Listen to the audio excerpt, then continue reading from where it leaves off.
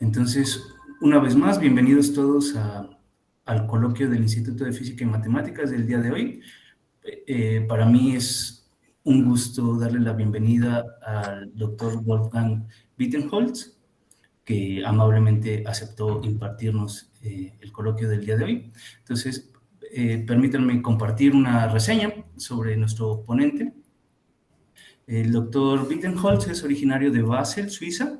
Realizó estudios de física en la Escuela Politécnica Federal de Zúrich. Obtuvo el doctorado en física teórica por la Universidad de Berna y obtuvo su habilitación por la Universidad Humboldt en Berlín. Ha realizado estancias postdoctorales y de investigador visitante en el Centro Brasileño de Investigaciones Físicas en Brasil, DESI en Alemania, en el MIT, Instituto de Tecnología de Massachusetts en Estados Unidos, así como Nordita en Dinamarca. Desde 2009 se incorporó como investigador al Instituto de Ciencias Nucleares de la UNAM, y donde trabaja actualmente en el Departamento de Gravitación y Teoría de Campos. Sus áreas principales de investigación son en física de partículas elementales y teoría cuántica de campos. Cuenta con más de 152 artículos de investigación que en conjunto han recibido alrededor de 3,000 citas. Asimismo, participa en actividades de divulgación, incluyendo temas como la partícula de Higgs, neutrinos, rayos cósmicos, fases topológicas, regularización dimensional, números maya, la ecuación cúbica y también la vida de matemáticos como Alexander Grothendieck, Leonhard Euler y Srinivasa Ramanujan, y justamente sobre este matemático de la India es que nos platicará el día de hoy. Entonces, sin más preámbulo, el micrófono es tuyo, Borna. Muchas gracias. Sí, ok, muchas gracias por la amable introducción y también por la invitación. Como ya hemos dicho, voy a hablar sobre Srinivasa Ramanujan y la relación de parte de su trabajo con teoría de campos cuánticos. Empiezo con unos comentarios sobre la biografía de Ramanujan, aunque realmente es conocido ahora, hay varias películas sobre su vida, pero claro, lo que las películas no explican es cómo está relacionado su trabajo con física cuántica. Esto espero aclarar en esta charla y menciono varias facetas de su trabajo que era muy amplio, pero me enfoco después especialmente a su sumatoria, es decir, su método de sumar. Se trata de series que no convergen, pero Ramanujan asigna un valor finito a estas series que sí da un sentido, se puede relacionar con la función z de Riemann, y después hay aplicaciones físicas. Empezamos con el efecto Casimir en una dimensión, que es realmente un modelo juguete, pero es muy conveniente para explicar conceptos de regularización y renormalización. Y luego avanzamos en el efecto Casimir en 3 dimensiones, que es realmente fenológico, se refiere ahora a fotones. Y también vamos a ver desde el punto de vista teórico y también discutir, revisar rápidamente los experimentos que se han hecho exitosamente sobre esto. Entonces voy a decir, ok, el efecto es dicho y comprobado experimentalmente, pero este no es el final de la historia. De alguna manera solamente empieza ahora porque después se quedan muchas preguntas de la interpretación. ¿Qué significa ahora que existe este efecto? Y queda con controversias. Una pregunta es que implica que la energía del vacío que aparece en la electrodinámica cuántica existe físicamente. ¿Sí o no? Hay diferentes opiniones que voy a explicar. Nos conduce al misterio de la energía oscura. Ok, parece que existe, pero es muy chiquito. Es difícil de explicar. Y al final, ya es un apéndice. También vamos a discutir un posible efecto subliminal en este contexto. Todo es basado en este artículo que publiqué este año en la Revista Mexicana de Física, y es como preprint. Okay.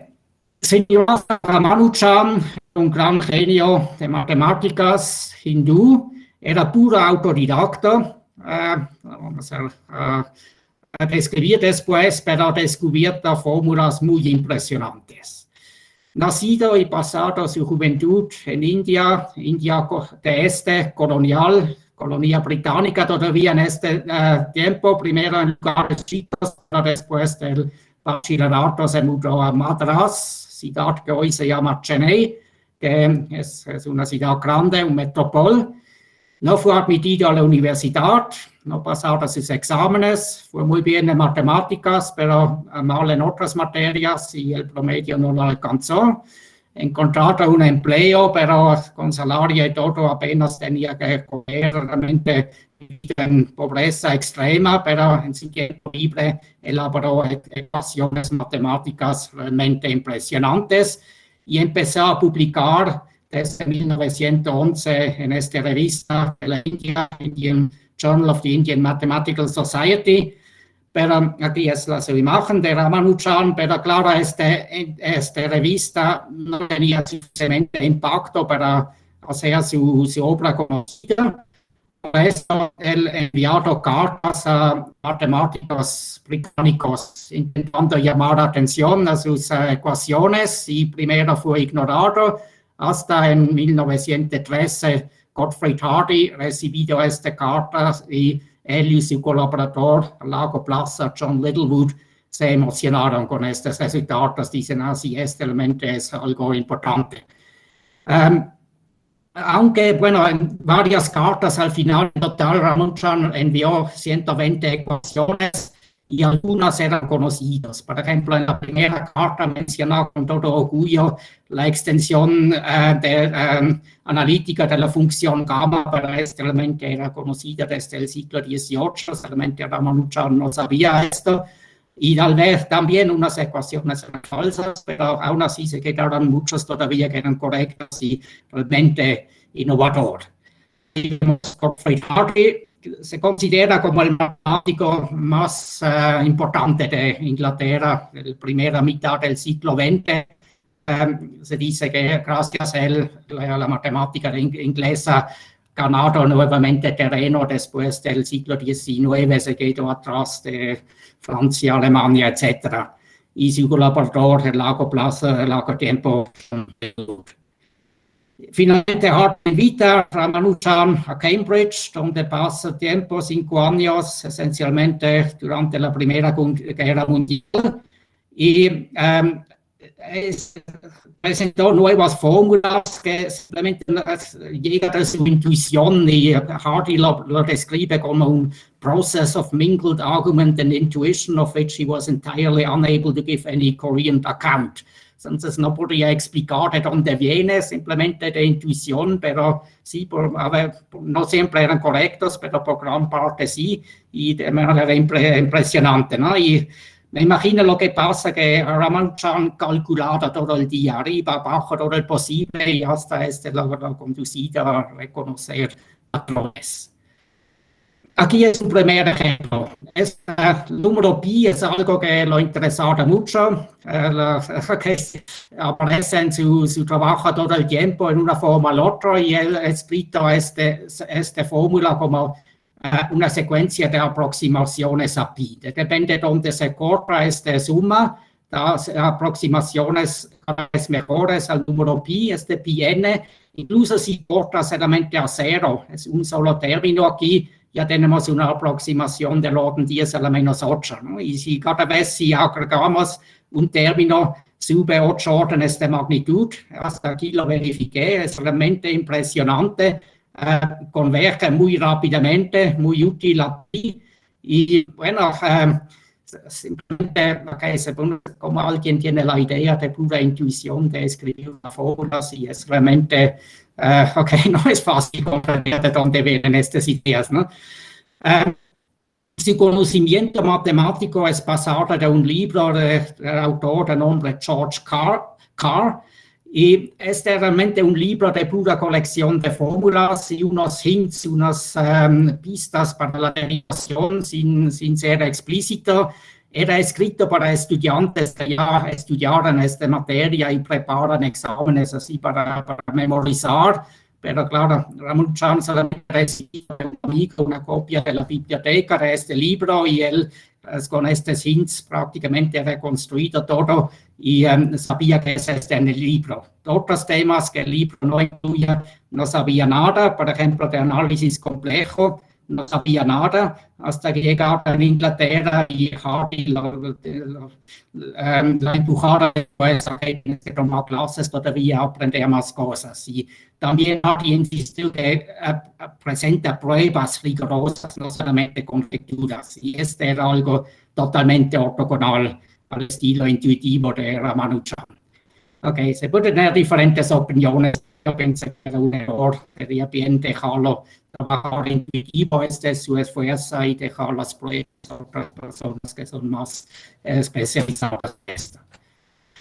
Ramanujan no se acostumbró bien al clima en Inglaterra, ni el estilo de vida, la mentalidad, ni la comida. Era un devoto hindú, por esto estricto vegetariano, cosa que era totalmente fuera del común en Inglaterra en esta época.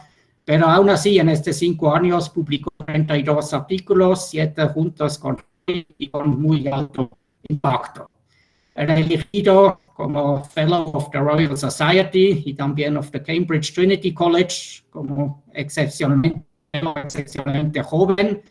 Al final cuando terminó la Primera Guerra Mundial, regresó a Madras, pero ya era en muy mala salud y un año después falleció.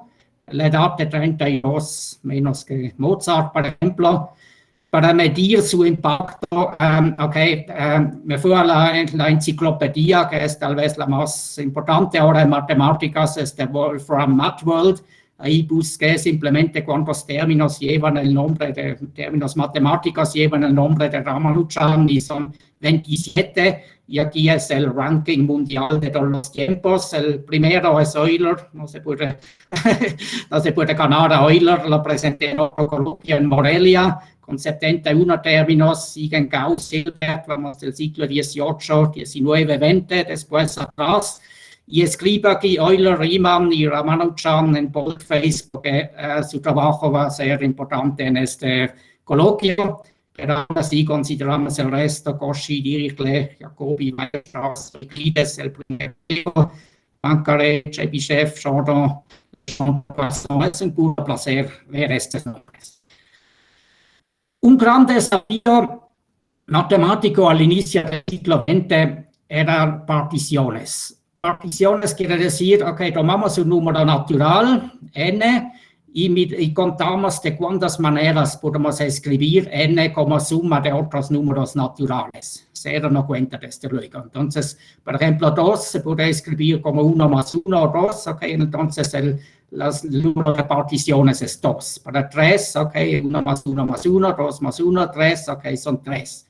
4 aquí siempre podemos sumar simplemente unos, después ahí vemos son 4, para 5 ya son 7, y después no tenía espacio en la línea para escribir, sigue aumentando primero suavemente, ok, lo vemos aquí, pero a 40 ya son 37.000 y a 100 son 190 millones, este se sabía en la época, a 1000 es algo del orden 110 a 31, no sabían, okay, se sabe ahora gracias a la computación, no se sabía en la época, pero sabían que crece rápidamente y parece que no era compatible con ninguna fórmula que se propone.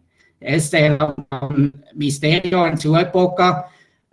Claro, si se ve el problema, se piensa que seguramente hay una regla de inducción, que si voy de n más 1, puede agregar 1 en cada término, entonces reproduce el anterior, puede aumentar la cifra anterior por 1, me da algo más, pero tengo que hacer cuidado, si es, por ejemplo, puros unos, le puedo hacer solamente una vez, porque si no cuenta doble, y ahí empieza a complicarse, y si intentan, se van a dar cuenta que realmente es mucho pesado que aparece primero. Y una aplicación es las tablas de Young, okay, que aparecen en física, por ejemplo, para combinar representaciones fundamentales de SU2 que se usan en modelos de quarks constituyentes. Claro, no necesitamos hasta 1000, pero igual es una aplicación física. Y bueno, la fórmula que Ramanujan adivinó y con ayuda de Hardy lo elaboraron, que realmente tiene el buen comportamiento asintótico, se ve así, ¿no? Aquí dibujado los valores uno por uno hasta 50, y esta es la fórmula de Ramanujan y Hardy. Se ve que se acerca más, es, por ejemplo, a 100, da 199 millones, es 4.6% demasiado. Pero conforme n aumenta, el error relativo se reduce y finalmente tiene la buena convergencia. Entonces, este era algo sensacional, que sí, por este problema que parece intocable, tienen al menos asintóticamente una solución correcta. Y otra vez aparece aquí el número pi. Y no tengo idea cómo que tiene que ver pi con particiones, es algo interesante, sería interesante de conocer que tiene que ver con número pi. Ahora, el tema principal, la sumatoria de Ramanujan, una discusión sistemática que no puedo dar ahora, está en el libro de un matemático francés relativamente nuevo, Gondel-Berger. Se encuentra al internet, es con acceso libre. Y aquí son los 3 ejemplos que vamos a discutir después. Si suma solamente el número 1, un número infinitamente de veces, Ramanujan asocia esto con menos un medio. Y el más famoso es si suma 1 más 2 más 3 más 4, etc. Ramanujan dice este da menos 1 sobre 12 y suma los cúbicos 1 sobre 120. Y Ramanujan choqueado a la gente un poco escribiendo simplemente un igual aquí. Tal vez esta era una razón porque mucha gente antes de Hardy ignoraron sus letras, dicen que no tiene ningún sentido. Pero Hardy sí vi que estos son realmente los valores de la función de Riemann, también le llaman serie P, que Ramanujan no conocido, no es en el libro de Carr. La función Z, para un argumento que tiene parte real mayor que 1, se puede definir con esta serie, es convergente. Y después se trata de una continuación analítica de esta función, y lo que necesitamos para esta serie así es Z1, Z menos 1, Z0, Z menos 1 y Z menos 3. Claro, no podemos usar escribimos simbólicamente como series, pero las series no son convergentes. Aquí llegamos al trabajo anterior de Riemann, Bernhard Riemann, que Ramanujan no conocido, pero Hardy sí. Él ha escrito un solo artículo sobre teoría de números, y ahí esta fórmula no aparece directamente ahí, pero su trabajo se puede resumir en esta fórmula que relaciona la función z con un argumento z y con 1 menos z. Entonces, si lo conocemos para parte real mayor que 1, ahí tenemos todos los que son menor que 1. Igual que 1 es un poco especial, pero la fórmula todavía aplica, y ahora lo podemos comprobar para z menos 1. Este me da 1 sobre 2 pi cuadrado, el seno da menos 1, este es gamma de 2, es 1, y esta es la fórmula de Euler, la fórmula de Basilea famosa de este pi cuadrado medio, y si lo colocamos, da efectivamente el valor que Ramanujan derivado de otra manera. O z menos 3, este es el prefactor, ahora el seno es 1, ahora es gamma de 4, es 3 factorial, es 6, y aquí es otra fórmula de Euler, y nos da 1 sobre 120, como lo ha dicho Ramanujan.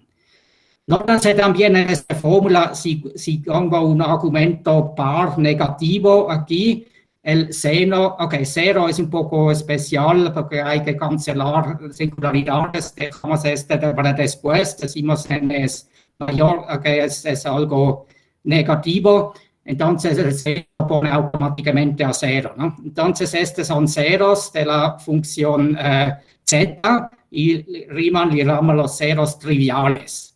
Y la conjetura de Riemann, cosa muy famosa, dice que hay más ceros que llaman no triviales, y todos estos son en la línea con parte real medio. Bueno, se considera bastante seguro, pero falta una prueba completa y si alguien quiere hacerse famoso de esta manera, si agregar una prueba completa para esta conjetura de Riemann sigue un gran desafío.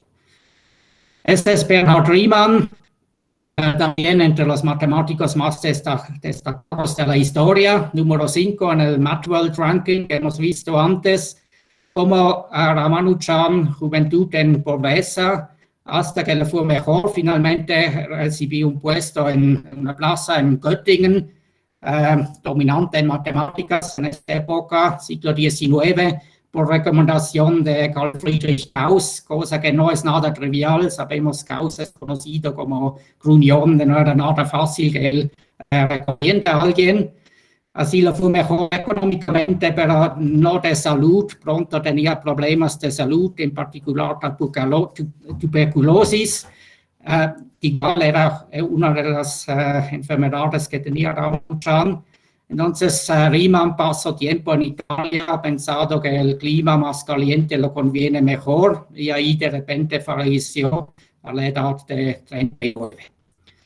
Diferencias son que Riemann era educado en institutos dominantes de matemáticas, Göttingen, Berlin, que trabajó con rigor, no de manera de pura intuición como Ramanujan.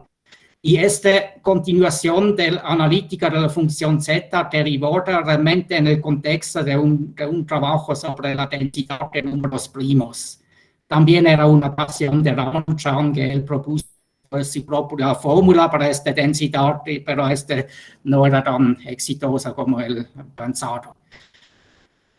Pero Riemann era un super experto en análisis complejo, que Ramanujan no conocido, y parece que tenía muchas notas sobre resultados no publicados todavía, pero después de repentina, una mujer de limpieza empezó a quemar estos papeles hasta que algunos matemáticos lograron salvar todavía el resto.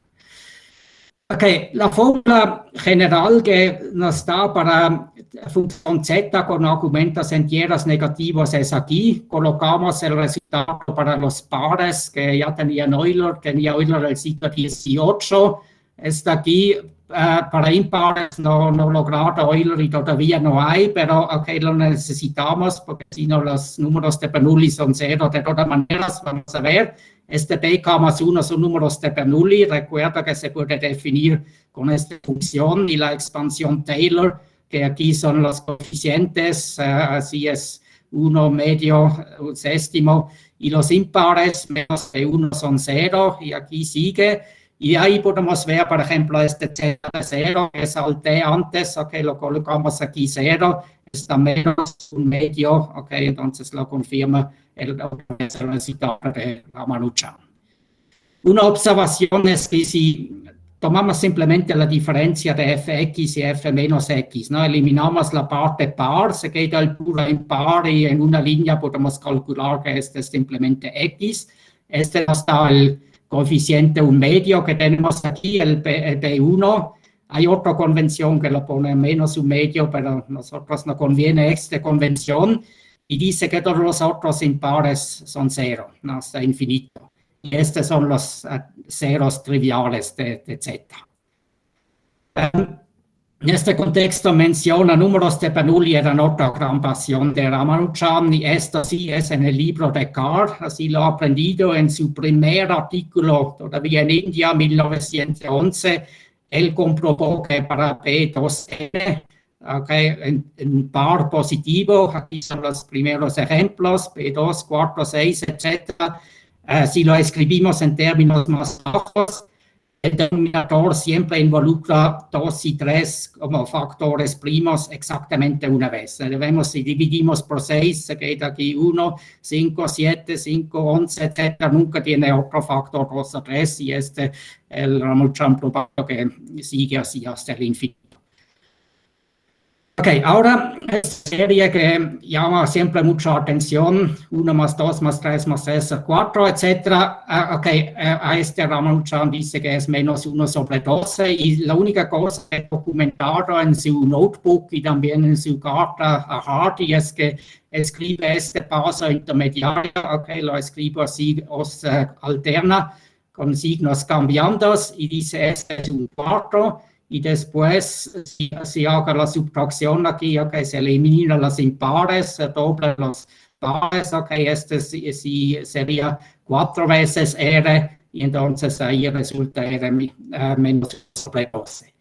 Este se ve preocupante, sin dudas, okay, parece operaciones totalmente fuera de control en series divergentes, pero aún así tiene en 3 casos hemos visto resultados que sí tienen sentido, sensatos, entonces no puede ser casualidad y sin duda Ramuchan tenía argumentos mucho más profundos de lo que he escrito ahí. Solamente para ilustrar que no se puede confiar a argumentos superficiales, como por ejemplo sumas parciales de una serie diferente. Así es un ejemplo. Escribo R así con 1 y después un paquete de 3 cifras cada vez, ok, de 9, 18, 27. Parece que es 1 más 9 veces R, entonces resulta menos 1 sobre 8, pero es falso, ¿no? Entonces hay que hacer cuidado con qué argumentos se usa. O este epsilon se puede escribir así, depende cómo se organiza la estructura, como z de 0, 1, 1, 1, o menos z de 0, entonces sería menos o más un medio, pero de ninguna manera un cuarto, entonces okay, hay que cuidarse de estos argumentos falsos, ¿sí? Justamente tiene discusiones, uno vi en YouTube que tienen, exitosa en el sentido que tienen millones de vistas y muchos comentarios, controversias, todo con este tipo de argumentos, pero al final se queda el caos y no se sabe qué confiar al final. El único método válido sin ambigüedad es continuación analítica. Y vamos a discutir primero el caso de z de 0. Simbólicamente esta suma de puros unos. Definimos primero series por el valor de z menos que 1. Este evita, por ejemplo, confusión con sumas parciales. Y esta es la serie geométrica que todos conocen de la secundaria. Y también conocemos el resultado. Aquí es convergente. Pero la observación es que como serie solamente converge si el valor de z es menos de 1, pero si considero esta fórmula aquí, 1 sobre 1 menos z, realmente es bien definida, es holomorfa o compleja analítica en todo el campo complejo menos en este polo en 1. Entonces, realmente tiene una continuación analítica que por definición es única. Entonces, en este sentido, sí lo puedo extender y puedo colocar, por ejemplo, z menos 1. Formalmente, corresponde a que es conocido como serie grande y 1 menos 1 más 1 menos 1 no es convergente, pero si confiamos a esta función aquí, lo podemos asociar el valor 1 medio. Sin ambigüedad. Y aquí he escrito 2 series más que son variantes de la serie geométrica. Aquí cambia simplemente el signo del argumento z y aquí es menos z veces 1 sobre z cuadrado. Ambos tienen la propiedad que si tomo el límite z menos 1 resulta lo que queremos, el z de 0. Pero si no lo puedo hacer aquí directamente, pues ahí tienen polos, los 2 casos, pero podemos remover estos polos con esta identidad. En 2 minutos cualquier persona lo puede verificar. Esta combinación lineal es exactamente la serie geométrica, los polos son removidos, entonces tiene que ser este resultado que conocemos, colocamos z menos 1, de manera controlada, y aquí sea z de 0 menos 2 veces z de 0, entonces resulta menos 1 medio que Ramanujan ya ha escrito en su notebook. Se supongo que él tenía mucho más notas que son documentadas, porque he trabajado principalmente en una pizarra que he llenado y limpiado todo el día y he escrito poco en papel, que era caro en su época, y sobre todo para él que vivía en pobreza. Entonces, lo que hizo para justificar la serie que vamos a ver principalmente aquí es solamente podemos especular. Seguramente hizo más que documentar. Y hasta ahora tengo algo que siga más o menos sus casos, pero sí da una justificación. Empieza con la derivada de la serie geométrica, aquí, esta es la fórmula, y en este caso sí z menos 1 es bien definido en la fórmula final, aunque no es convergente aquí. Ok, da esta serie que formalmente que Ramanujan ha escrito con alternación del signo y un cuarto, como él dice, como su primer paso intermediario. Y luego, aquí para llegar a R se necesita realmente Z1, para este no podemos colocar, es singular como tiene que ser, pero regularizamos de dos maneras. Escribo estas dos series, aquí términos que resultan. En ambos casos, Z menos 1 da realmente formalmente la serie R que tenemos, pero es divergente. Pero otra vez forma una combinación lineal que corresponde exactamente a este G', y así se elimina la singularidad, se puede extender la serie de Laurent, es menos 1 más un epsilon, entonces queda un cuarto más orden epsilon, entonces aquí es un cuarto veces y este es R menos, este es menos 1, entonces menos 4 veces R, entonces resulta sin ambigüedad este famoso menos 1 sobre 12. Otra vez la función aquí es holomorfa en todo C menos 1. Entonces se justifica de la manera, aunque Ramanujan no lo ha documentado bien, pero que es un puro patio de recreo matemático, puro juguete, y digo que no, realmente se aplica a física, teoría de campos cuánticos, y la sumatoria de Riemann quita una singularidad y deja un resto, y este parece con ambigüedad, pero él lo hace de manera inteligente, que este resto finito es realmente lo que tiene importancia física. Y en teoría de campos decimos remueve un contratérmino de manera controlada y da resultados normalizados. Y en particular predice una fuerza que vamos a ver, que está observada efectivamente, entonces no es pura teoría, corresponde al experimento, pero empezamos con un modelo juguete. Así llegamos al efecto Casimir. Predicho primero en 1948 por físicos holandeses, Casimir y Polder, pero aquí describo más bien un punto de vista que Casimir tomado poco después, el mismo año, después de una discusión con Niels Bohr. Aquí es Hendrik Casimir, vivido hace el año 2000, físico holandés, estudió y después era también académico en Leiden.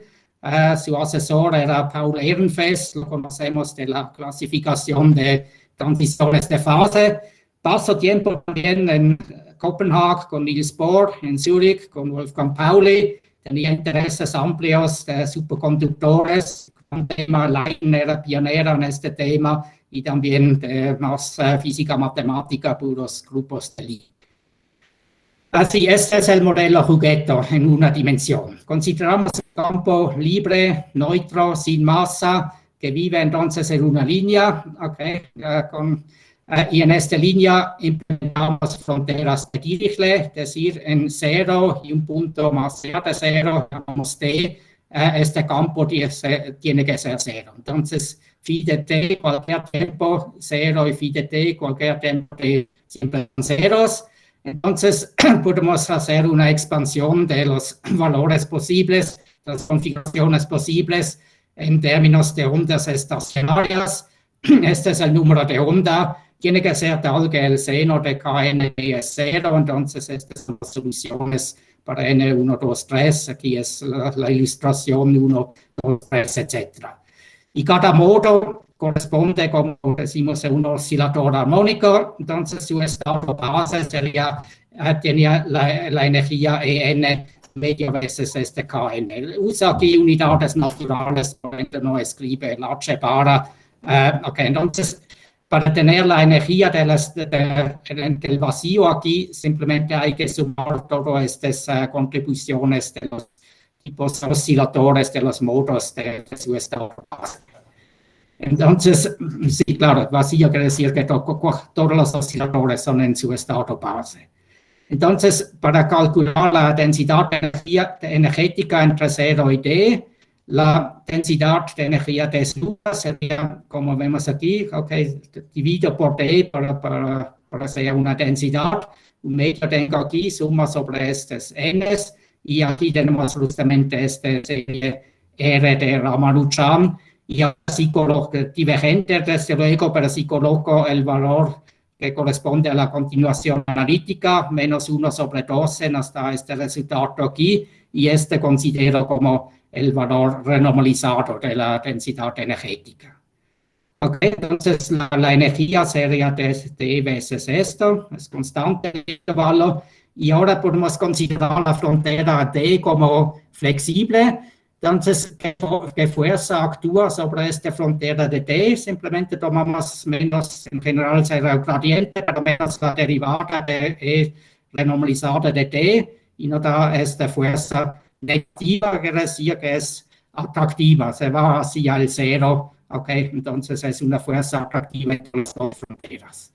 Ahora vamos a confiar que este es el valor renormalizado correcto y lo podré derivar rápidamente por la regularización heat-kernel, que es usado a veces en teoría de campos. Lambda es una escala de corte, entonces lo que hacemos es agregar un exponencial que suprime los n's altos.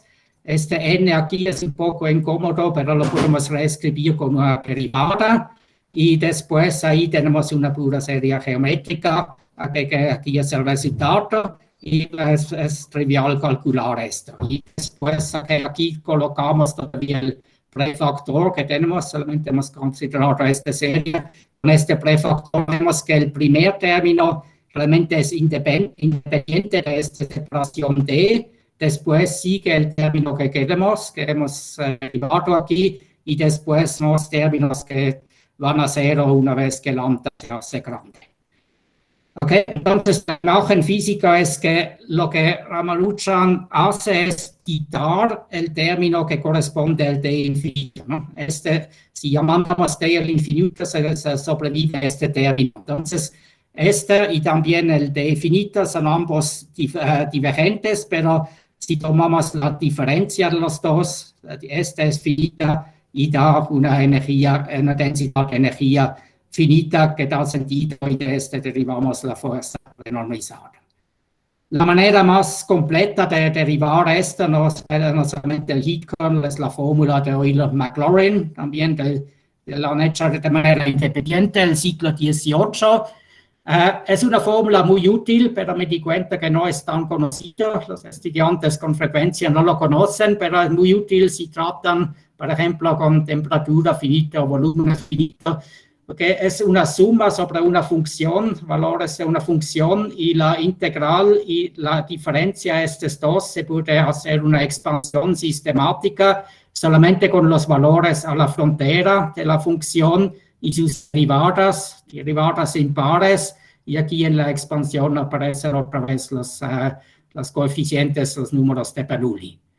Este es un tipo de generalización del heat-kernel. Decimos f es suprimido por una función que llama R, para lambda infinita tiene que ser 1, que se reproduce la serie inicial, pero para lambda finita se tiene que suprimir los n's grandes para que f y los derivados impares a menos de f argumentos muy grandes va a 0.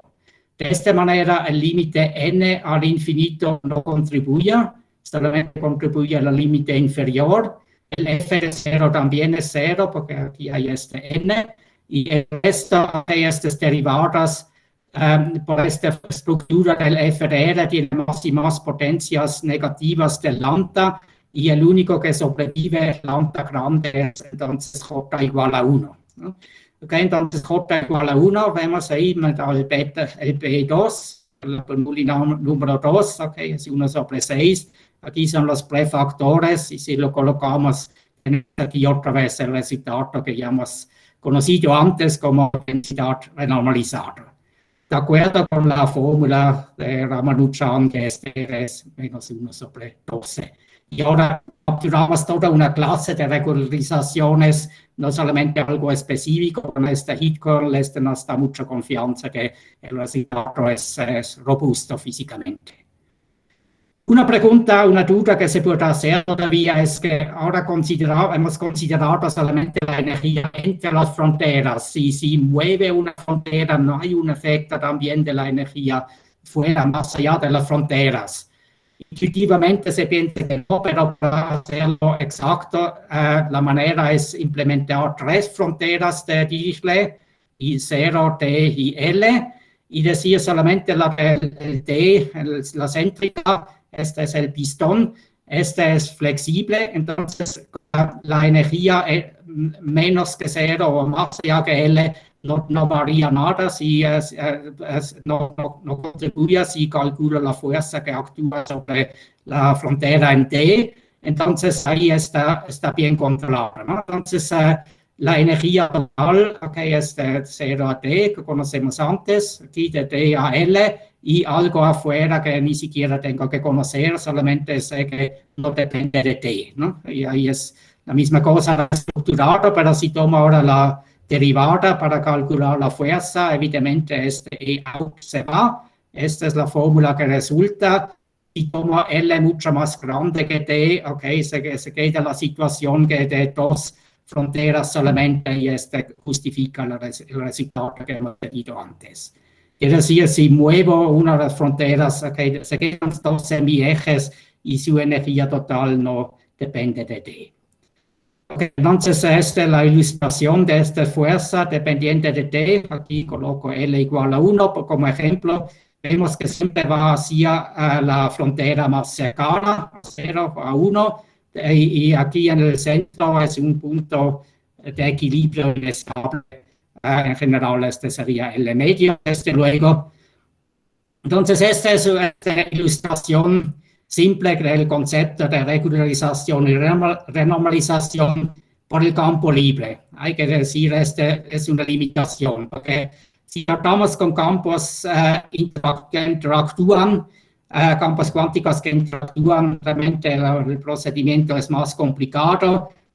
Igual se hace la sustracción de un término divergente, pero además hay que asignar valores normalizados a los campos y sus acoplamientos que dependen de la energía. Es más complicado, pero no podemos revisar hoy, solamente para evitar la impresión que ya sería todo el programa de normalización. Es completo para el caso de campos libres.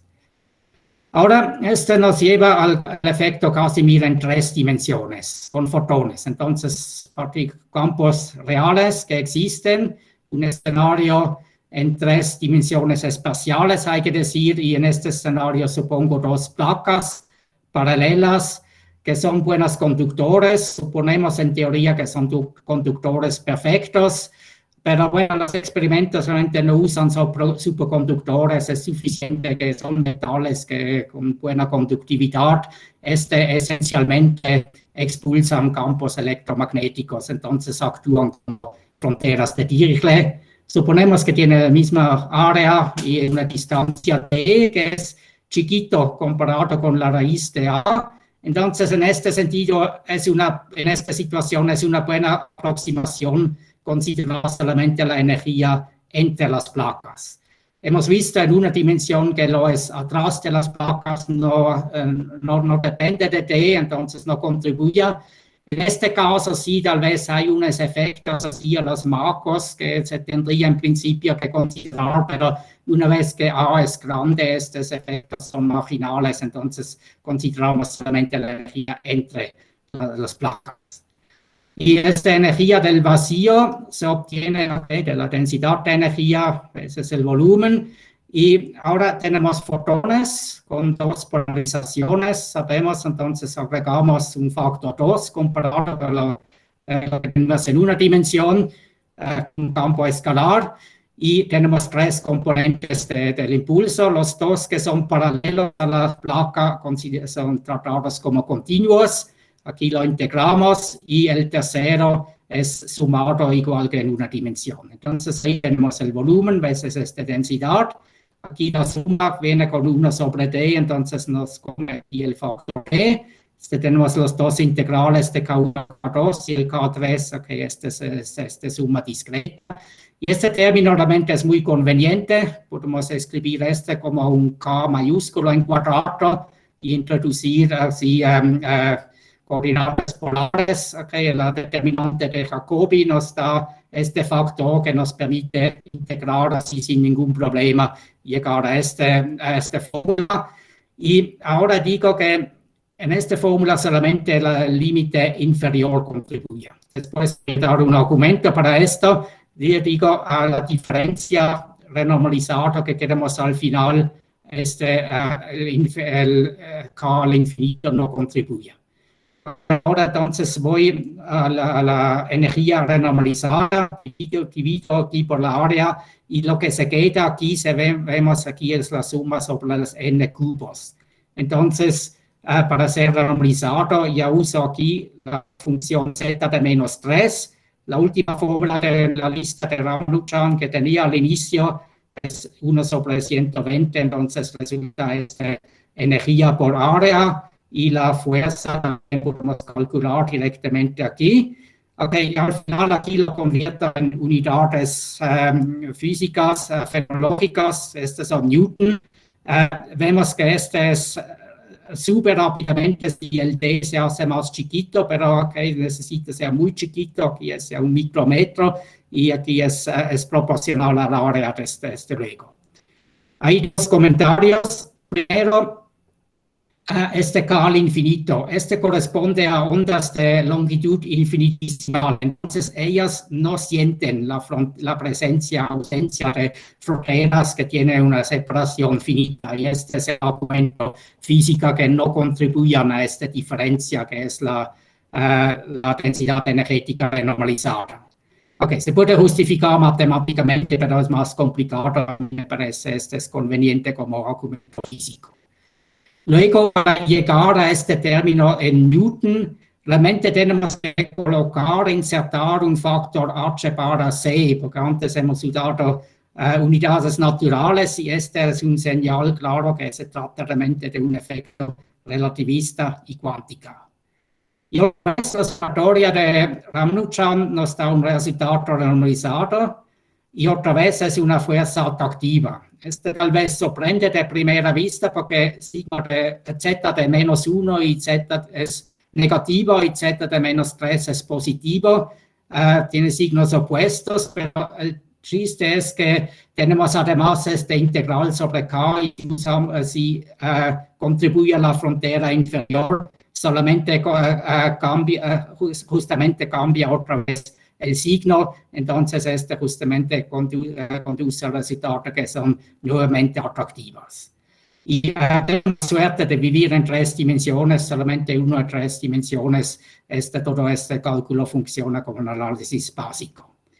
Se puede generalizar, por ejemplo, para considerar una constante dieléctrica general, hizo Lifshitz hace mucho tiempo, es el coautor de sus libros famosos, pero este trabajo hizo solo. Y también se puede considerar fronteras dinámicas, por ejemplo, no tienen que ser estáticas, y se puede generalizar las condiciones de la frontera, que puede tener, por ejemplo, del tipo Romain, algo combinado entre condiciones de Dirichlet y de von Neumann. Ok, este es hecho en estos trabajos y menciona sobre todo este hecho en la universidad.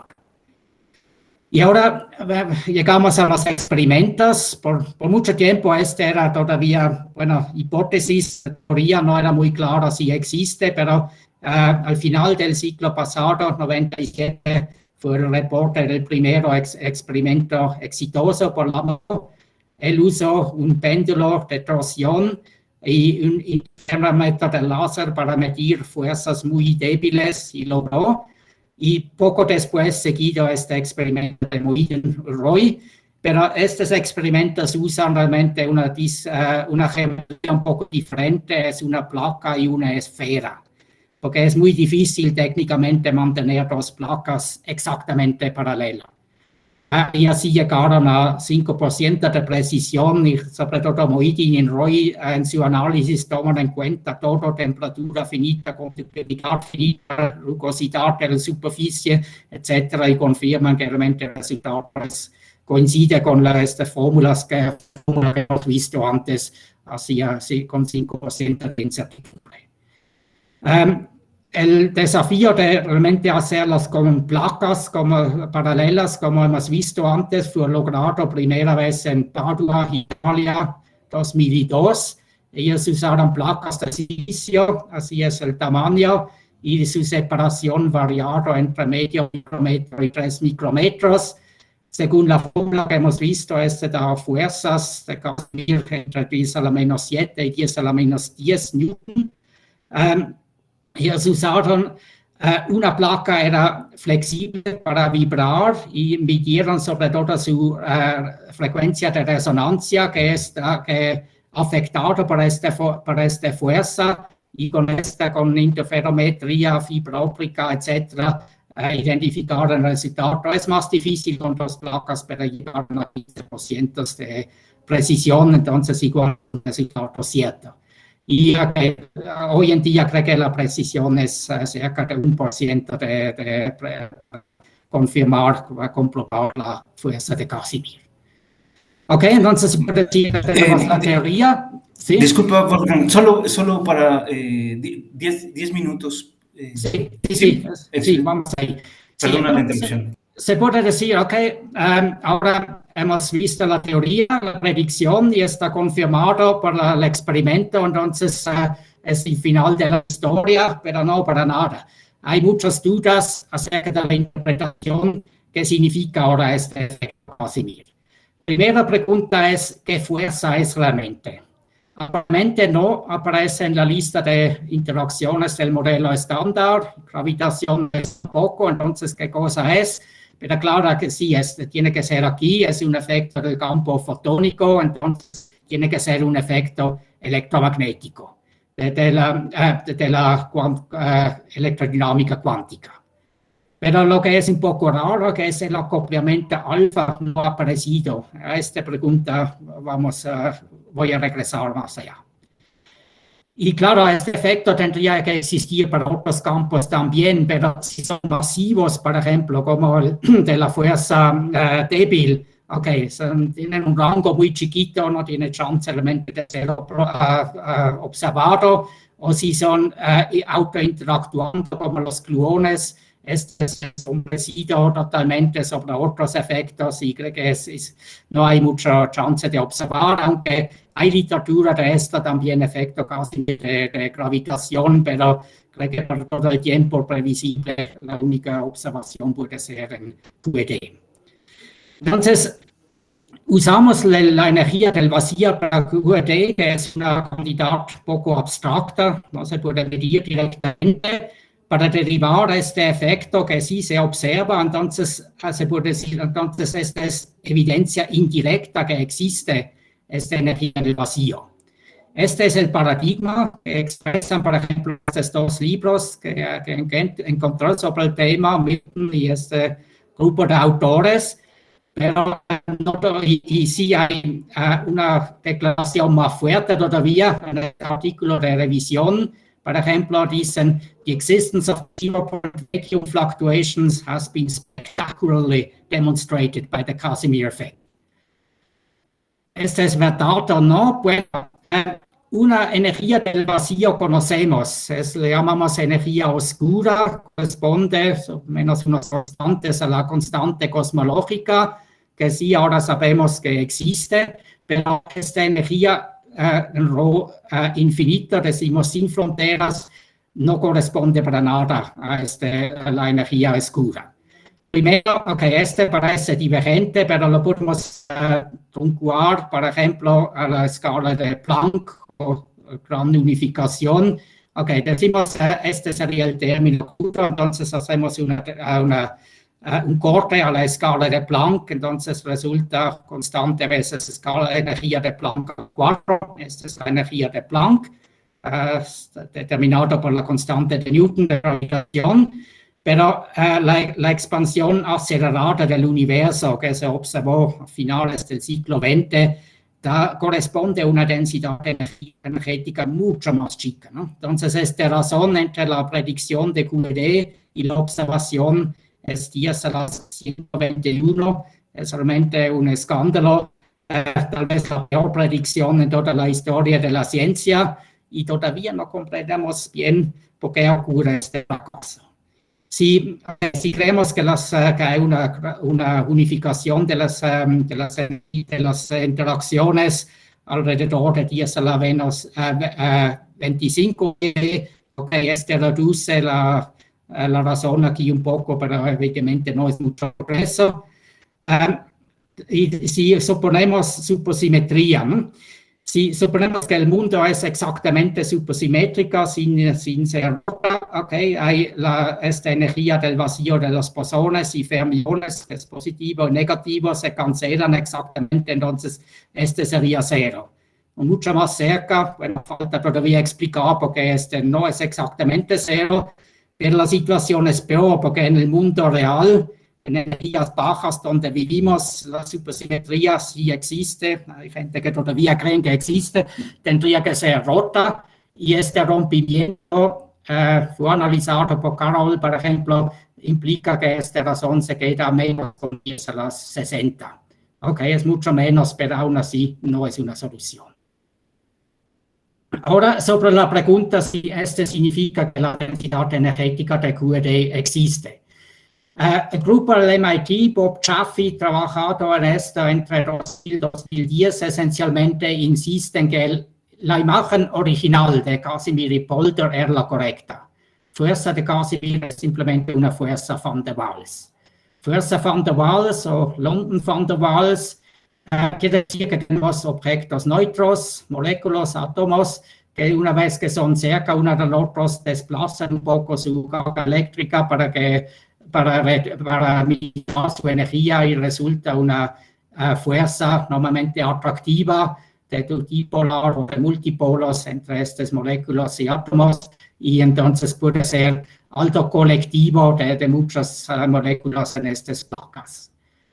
Entonces ahí calcularon y aquí aparece evidentemente el acoplamiento alfa. Entonces la fuerza renormalizada de alfa 0 tiene que ser 0.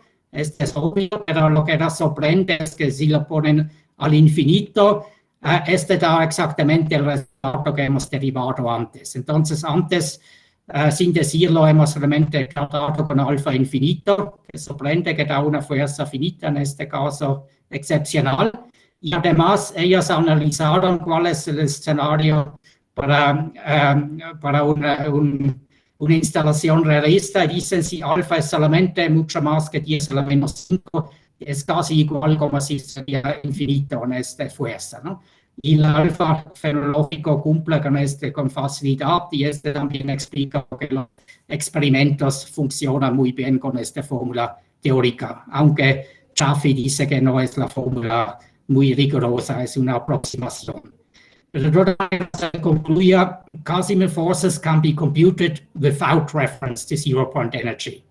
Y de este, bueno, puede concluir que los experimentos no dan evidencia que esta energía del vacío existe. Entonces se queda la duda si dice que no hay evidencia que este ρ del QED es algo que tiene existencia física, es más un término cálculo abstracto.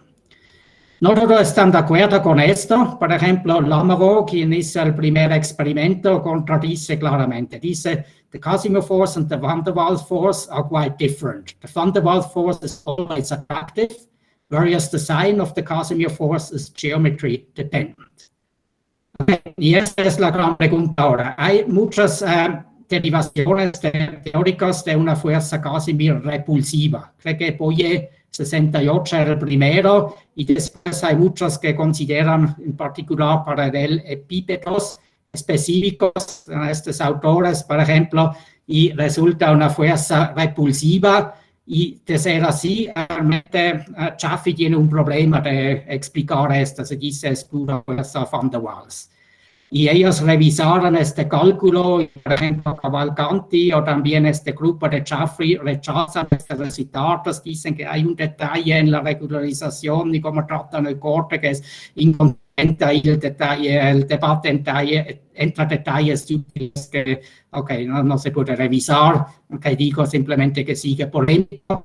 Y Milton, un autor de un libro, él me contactó después de este artículo, él tiene un punto de vista particular, dice que sí, fuerza Casimir y Van der Waals son equivalentes, pero pueden ser repulsivos. Es obvio para mí cómo funciona, pero él trabajó en esto toda su vida, entonces supongo que tiene sus razones. De todas maneras, la prueba experimental de esta fuerza repulsiva sigue pendiente, a menos en el vacío. Efectivamente, hay un experimento de 2009 que mide una fuerza de Casimir repulsiva, pero es para materiales sumergidos en un fluido. Entonces, el fluido también se puede polarizar y conduce a esta interacción. Este era predicho para este grupo de los rusos, colaboradores de Lifshitz hace tiempo. El experimento confirma lo que dicen, pero no aclara la situación que pasa con la energía del QED del vacío. Entonces sigue una pregunta abierta y emocionante. Entonces se puede decir, teoría de campos cuánticos es la síntesis de mecánica cuántica de relatividad especial, súper exitosa. QED es una de sus manifestaciones, tenemos que existe. Y podemos argumentar, entonces tiene que ser aquí esta energía del vacío, pero no necesariamente. Hay un trabajo de Schwinger, 78, que usa realmente QED, una técnica de funciones de Green que puede derivar la fuerza de Casimir sin necesitar de involucrar esta energía del vacío. Entonces ahí también hay discusión si QED realmente implica esto como inevitable o no. Finalmente, puedo decir, usualmente es una pregunta irrelevante. Usualmente nos interesan solamente diferencias energéticas, no dan fuerzas, etc. Entonces, si tenemos una constante aditiva, una constante topológica o densidad de energía del QED, una constante aditiva no afecta nada normalmente. La excepción es seguramente la expansión del universo. Ahí la aceleración depende realmente de esta constante topológica y, como hemos visto, posiblemente depende de la interpretación del efecto Casimir. En este momento agradezco a Héctor Mejía por su ayuda con la versión en español. Y si me permitan un minuto, una página. Es un apéndice, el otro apéndice tal vez dejo, pero quería comentar todavía sobre el fotón en una cavidad de Casimir. Suponemos el escenario con placas paralelas y aquí hay el efecto Scharnhorst. Predicho en 90 y poco después por Barton con otro método para el mismo resultado, también en 90. Él dice que la velocidad de la luz en el vacío para fotones que viajan entre estas placas y perpendicular a las placas tiene que subir un poquito. Scharnhorst calculado todo en QED, Barton usado una teoría de campo efectivo de Euler-Heisenberg para llegar al mismo resultado. De todas maneras, es un efecto microscópico para un D realista, un micrómetro no es medible. La aceleración relativa sería de orden 10 a la menos 32. Y además el viaje de este fotón sería muy corto, entonces hay poco perspectiva de medir esto, pero aún así causa discusión porque el cálculo parece robusto, causa discusión si al nivel conceptual conduce a un posible paradojo de causalidad. Por ejemplo, Scharnhorst y Barton después publicaron algo juntos que dicen que no hay una posibilidad de paradoja, pero sigue la discusión. Y si a alguien le interesa el tema, recomiendo mucho una tesis del doctorado de 2016 que revise todo el cálculo y discute la pregunta de manera exhaustiva de Clark. Y realmente recomiendo, si a alguien le interesa, es un tema bonito, no como el gato de Schrödinger o algo así, que ya tiene millones de artículos, pero relativamente poco explorado y igual emocionante. Y también, si a alguien le interesa, lo invito a comunicarse conmigo. Y termino con una pregunta más simple que lo hizo Scharnhorst. Simplemente pregunta si hay un fotón que pasa, decimos, paralelo a las placas. Ahí no hay aceleración según Scharnhorst, pero pasa por una zona de densidad de energía más baja, fuera de las placas, y el espíritu del principio de Bernoulli, tendría que cambiar la energía, no la velocidad, pero la energía del fotón. Sería algo que se podría discutir todavía. Con esto termino. Muchas gracias. Excelente. Muchas gracias, Wolfgang, por tu charla tan interesante.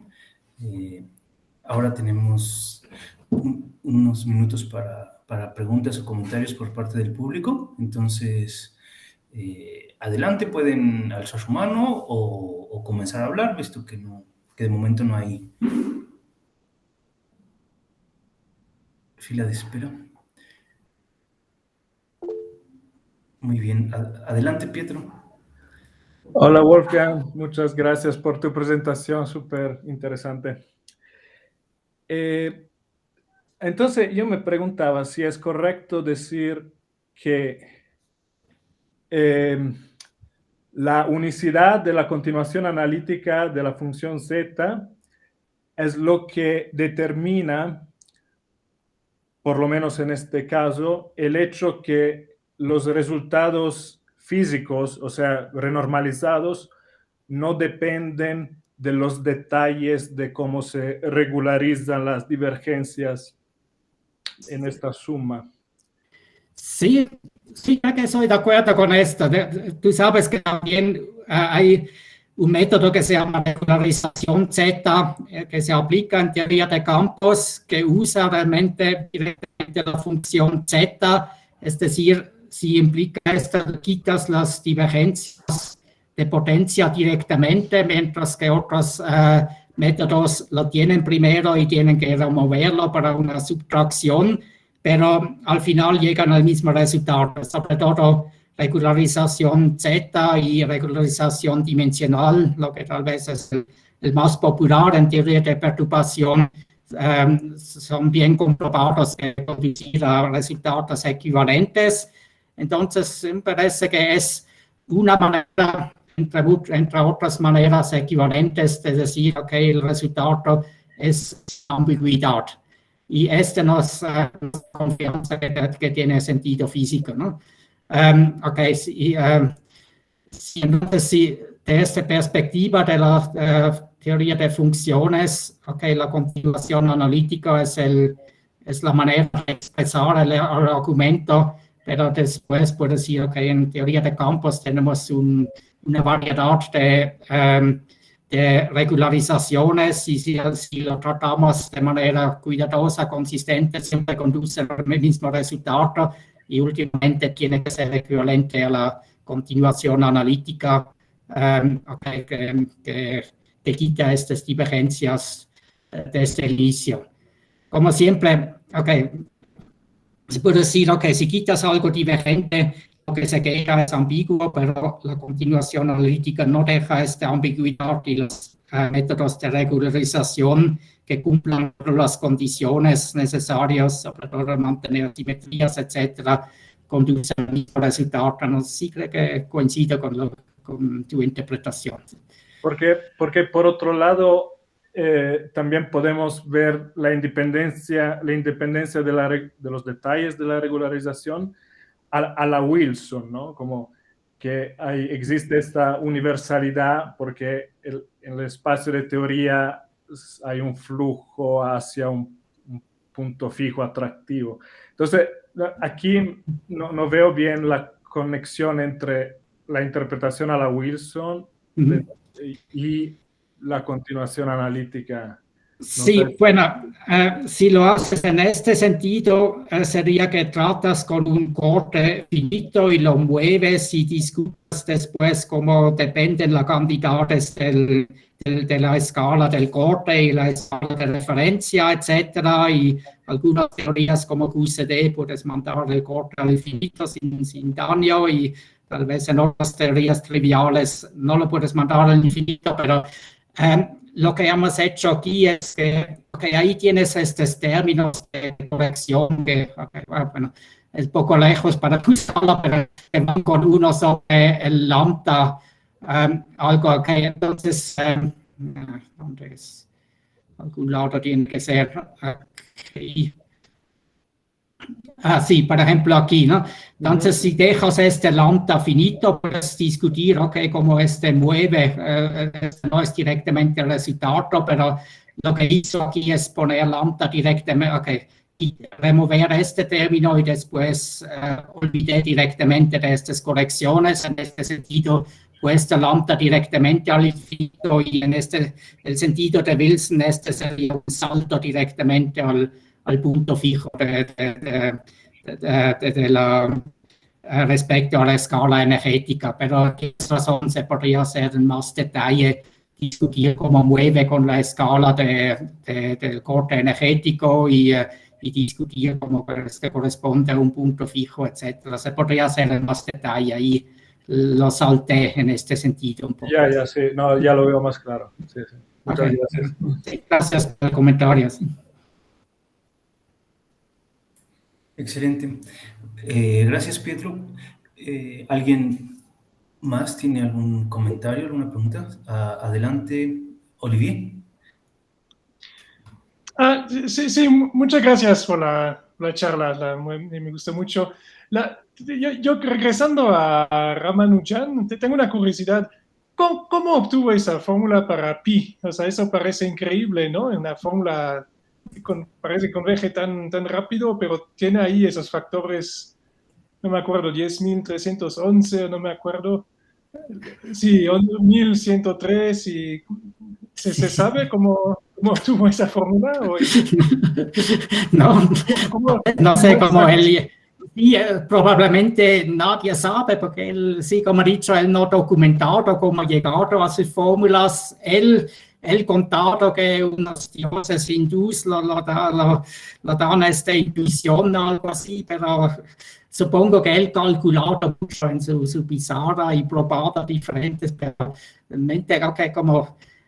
claro, es alguna razón simple, ¿no? Es que dar 2, 3 dígitos bien es fácil, pero algo así que sobre todo converge. No tengo idea cómo él llegó a esta fórmula, pero sí, escrito un pequeño código para comprobar precisiones más altas y me di cuenta que efectivamente tiene una convergencia increíble. Y, no tengo idea cómo son. Pero alguien lo ha demostrado que es correcto, o sea, cuando n va a infinito, eso realmente converge a 1 entre pi. Sí, para n infinito, creo que sí, pero no podría dar la referencia por el momento. Pero, según lo que he leído, sí tendría que ser verdad, pero, ok, bueno, tal vez sería algo para investigar. Claro, no es una construcción que es racional, porque en el límite infinito no tiene que ser más racional, ¿no? Entonces se puede sumar algo irracional, pero, ok, no puedo decir con seguridad si es comprobado que la convergencia va exactamente. Sí, tal vez sería un desafío matemático, ¿no? Claro, sí, de todas formas, a la menos 44 es suficiente, pero sí sería. Es una buena pregunta, sí, voy a investigar si este realmente es comprobado, que tiene convergencia exactamente a pi. Muchas gracias. Genial. Gracias, Olivier. ¿Alguien más tiene algún comentario o alguna pregunta? Bueno, en caso que no, no me queda más que agradecerte una vez más, Wolfgang, por tu presentación tan interesante, y también agradecer a todos los que asistieron al coloquio del día de hoy. Sí, gracias a ustedes. Un gusto presentarme esta charla. Gracias, Wolfgang. Hasta luego. Gracias. Hasta luego. Chao. Gracias. Gracias.